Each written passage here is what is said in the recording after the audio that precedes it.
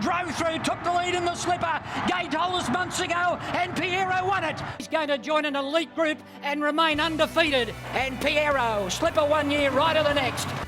We all know now Pierro is a colt of incomparable brilliance. His record bears testament to that. But when he made his debut at Randwick in the time-honoured Breeders' Plate, little did we realise it was the beginning of something very special. Pierro is gradually starting to get on level terms on the outside. Pierro stuck its head in front, and Pierro's won it. His trainer, however, was in no doubt she had a uniquely gifted colt on her hands. I just saw the Golden Slipper winner. This is the most outstanding. I'm telling you, you don't realise. But this horse was such a babe, literally after the Canterbury trials.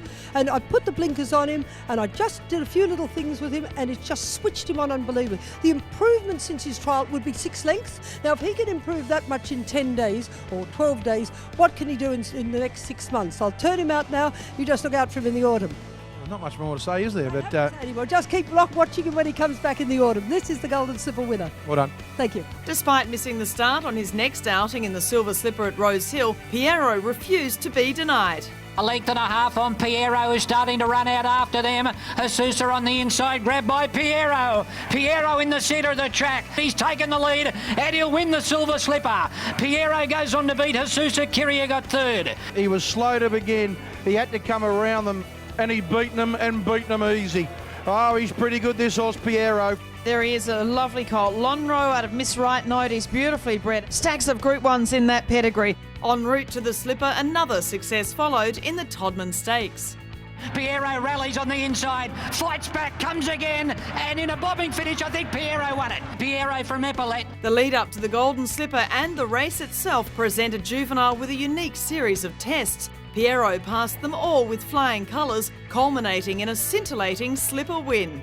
But Stitzerland straight away. Pierro's chasing it down along the inside, and then Raceway followed by Ashakan. Samaritti's making ground late. It's Pierro coming after Stitzerland. Pierro drove through, took the lead in the slipper. Gate holders months ago, and Pierro won it from Stitzerland and Samaritti. Well, another Golden Slipper for you, Gay. Congratulations. A horse you said from day one would win this race, and you were right again. Yes, he's a dominant colt. But it was a fantastic finish, wasn't it? I mean, the filly shot to the front, and it just took his tenacity to sort of run her down. He's such a gutsy horse, I can't tell you. That's him. He's one tough man, isn't he? He certainly is, horse and man. But I'll tell you something. I remember Trevor Lobb, who ran, the Woodlands Enterprise, said to me a few months ago, he said, he reminds me so much of Longrow. And I looked at him the other morning when he was having a pick at the races, and I thought to myself, you're right. He's exactly like him. He's got that beautiful long chassis. He's a gorgeous colt. It's very exciting. Just a week later, it was back to Randwick for a record-breaking performance in the Sire's Produce. Pierro's coming fast down the outside, and All Too Hard is running on as well. But Pierro, this little bulldog, raced up and hit the lead. The unbeaten colt's in front. He's out in advance of All Too Hard, and Pierro does it again. Pierro beat All Too Hard. It's all Pierro. He's a star. He's the champion 2-year-old, and he wins again. Well, if there was any doubt, and there probably was none, the best 2-year-old in the country, one of the best in modern times. Well, nothing too hard about that, was it? And in the Champagne Stakes, he completed the 2-year-old Triple Crown in the manner of a true champion. But it's Pierro going for the Triple Crown. He's got it. He's going to join an elite group and remain undefeated. And Pierro goes down to beat Dear Demi. Tatra got third. And when he said, let's go, the top 2-year-old in the country, and perhaps one of the best 2-year-olds I've ever seen. He's a star. He's undefeated. He's 6 from 6. He now wins, and he's only, Luskin Star in 77. Burst, Terse, Dance Hero, and now Pierro, since the Champagne's gone to the mile. And he didn't just win, Caro, as you said. He beat them. He donkey licked them. Absolutely outstanding. We're just very privileged to see a horse as good as it. The sheer brilliance of Pierro's unbeaten 2-year-old campaign was illustrated by Timeform's description of him amongst the best juveniles of the last 50 years. Indeed, Timeform consider him the best Australian 2-year-old of the modern age. Pierro's much-awaited 3-year-old debut came in the run to the Rose, and his fans were not going to be disappointed with another record-breaking display, giving weight and a comprehensive beating to a strong field.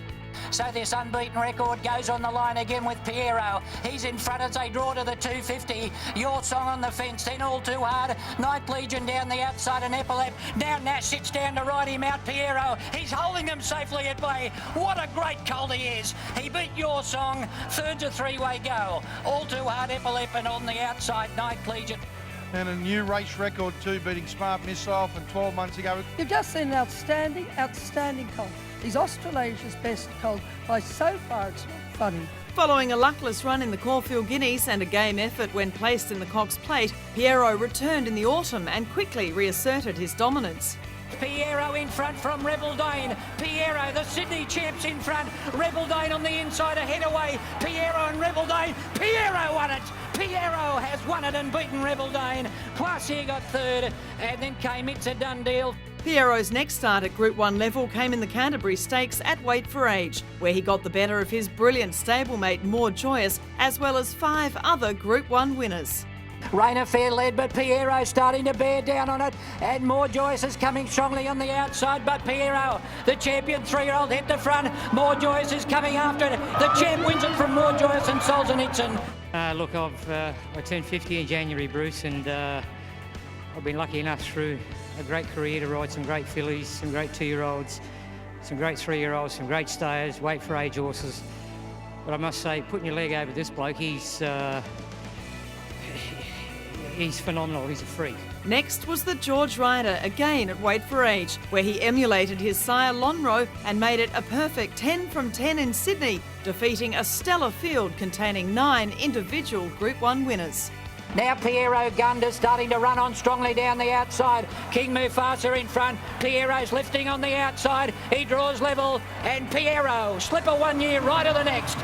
As an owner, we all strive for a horse like this. Oh, it's just unbelievable. Like, watching the race with 600 to go, he had a lot of ground to make up, but there's just something that you just know this horse has just got that will to win. He doesn't want to lose. And the best thing about him, the crowd, he's become a crowd favourite. He has. Well, he's obviously a house, but it's great that everyone's able to see and appreciate a horse of this calibre. Like Gay said, for a long time, he's the best he's trained, and he just keeps showing it each start. Slipper this day last year, and now we've got the George Ryder. Oh, amazing what can happen in 12 months' time. Someone told me that the last slipper winner to win was Manicato, so he's in esteemed territory.